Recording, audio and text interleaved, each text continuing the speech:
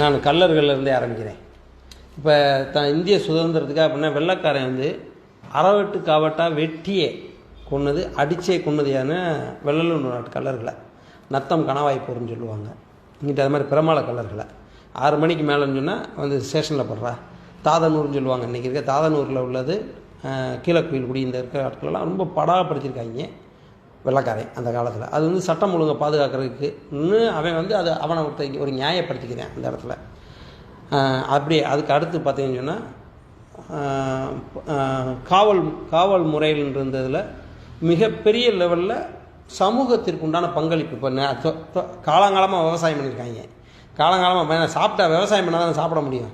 காலங்காலமாக வியாபாரம் பண்ணியிருக்காங்க. அந்த வியாபாரம் பண்ண சமூகத்திற்கும் விவசாயம் பண்ண சமூகத்திற்கும் அந்த ப்ரொக்யூர் பண்ண பொருள்களை ஒரு இடத்துல இருந்து இன்னொரு இடத்துல கொண்டு வரதுக்கும் பெரிய லெவலுக்கு காவலாக இருந்தக்கூடிய காவல் சமூகமான கள்ளர்கள் இவர்களுடைய தியாகங்கள் எந்த இடத்துல மதிக்கப்பட்டுருச்சு?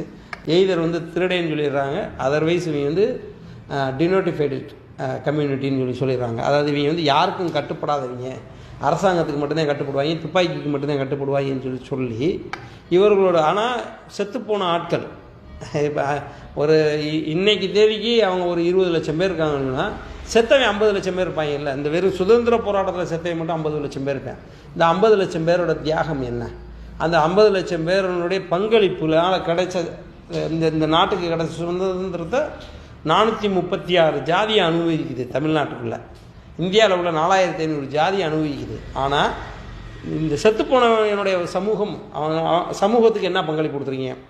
ஒரு போலீஸ்காரர் வந்து டியூட்டி எப்போ செத்து போயிட்டாருன்னு சொன்னால் அவருக்கு என்ன பண்ணுறாங்க? ஜனாதிபதி விருது கொடுக்குறாங்க. ஒரு போலீஸ்காரனுடைய திறமைகள் அதிகமாக இருந்தால் திறமையின் அடிப்படையில் இதுன்றாங்க.